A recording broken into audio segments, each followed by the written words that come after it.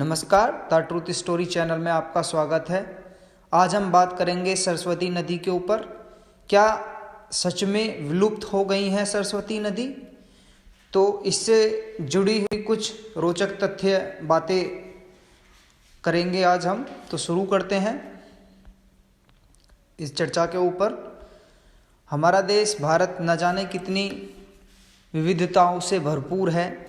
कई तरह के खूबसूरत और मनोरम दृश्यों को खुद में समेटे हुए भारत देश अन्य जगहों के लिए न जाने कितने खूबसूरत नज़ारों को प्रस्तुत करता है।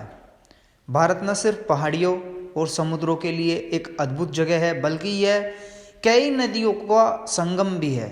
गंगा और यमुना नदी के उद्गम स्थान के साथ हमारा देश भारत सरस्वती जैसी पौराणिक नदी को भी अपने नक्शे में शामिल करने का गवाह है। हमारे देश में सदियों से न जाने कितनी संस्कृतियों का जन्म हुआ और विलुप्त हो गई, लेकिन नदियाँ अपनी पवित्र जल सभी के कल्याण के लिए देती गई और अभी भी अपने जल से सभी को सराबोर करने में लगी हुई हैं। ऐसी ही नदियों में से एक सरस्वती, जो शायद अब कहीं विलुप्त हो गई है या फिर शायद किसी और नदी की गोद में सिमट गई है। आइए जानें सरस्वती नदी से कुछ रोचक तथ्य। क्या सच में इस नदी ने हमसे विदा ले ली है? तो सरस्वती नदी के लिए क्या कहता है पुराण? सरस्वती नदी को पुराणों में एक विशेष स्थान प्राप्त है। इस नदी को देवी की तरह पूजा जाता है। पुराणों में बताया गया है कि यह नदी आज भी बह रही है, लेकिन आज ये नदी किसी को दिखाई नहीं देती है और विज्ञान के अनुसार वो सैकड़ों साल पहले धरती पर थी, लेकिन आज यह नदी विलुप्त हो चुकी है, इसलिए यह नदी अब दिखाई नहीं देती। शास्त्रों की माने तो सरस्वती नदी एक श्राप के कारण विलुप्त हो गई हैं और अब दिखाई नहीं देती हैं। वही एक और कथा के अनुसार इस नदी को प्राप्त एक वरदान के कारण यह विलुप्त होकर भी अस्तित्व में है। उसी वरदान की वजह से प्रयाग में गंगा, यमुना और सरस्वती का मिलन माना जाता है, जिसे हम त्रिवेणी संगम कहते हैं। जबकि सरस्वती नदी कभी किसी को दिखाई नहीं देती है, फिर भी यह अस्तित्व में बनी हुई है। कहाँ से हुई सरस्वती नदी का उद्गम? महाभारत में मिले एक वर्णन के अनुसार सरस्वती नदी हरियाणा में यमुना नगर से थोड़ा ऊपर और शिवालिक पहाड़ों से थोड़ा नीचे आदि बद्री नामक स्थान से निकलती थी। आज भी लोग इस स्थान को तीर्थ स्थल के रूप में मानते हैं और वहाँ जाते हैं, किंतु आज आदि बद्री नामक स्थान से बहने वाली नदी बहुत दूर तक नहीं जाती।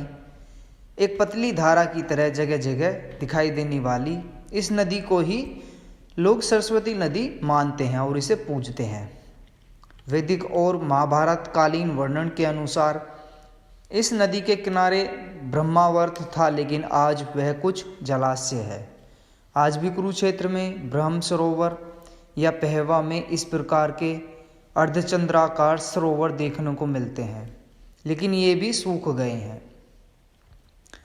भारतीय पुरातत्व परिषद के अनुसार सरस्वती का उद्गम उत्तरांचल में रूपण नाम के हिमनद से होता था।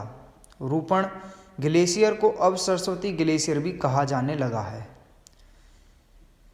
एक समय ऐसा था जब सरस्वती नदी के आसपास के स्थानों में भूकंप आए, जमीन के नीचे के पहाड़ ऊपर उठ गए और सरस्वती नदी का जल पीछे की ओर चला गया।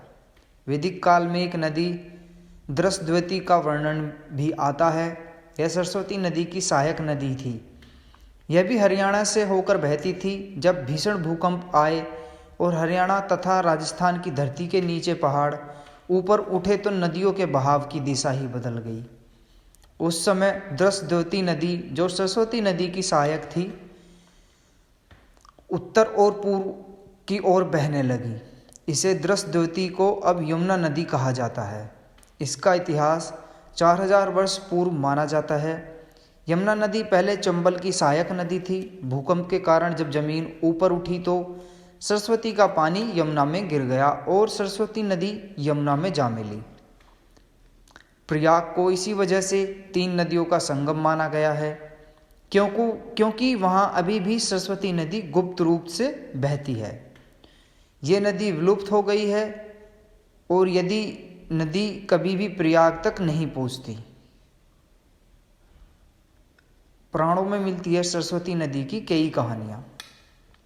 सरस्वती नदी हरियाणा में यमुनानगर जिले के काठगढ़ ग्राम पंचायत में आदि बद्री स्थान पर पहाड़ों से मैदानों में प्रवेश करती थी, जबकि ऋग्वेद, स्कंद पुराण, गरुड़ पुराण, वामन पुराण, पद्म पुराण जैसे शास्त्रों को माने तो सरस्वती नदी का उद्गम हिमाचल प्रदेश के सिरमौर जिले की नाहन तहसील से हुआ है।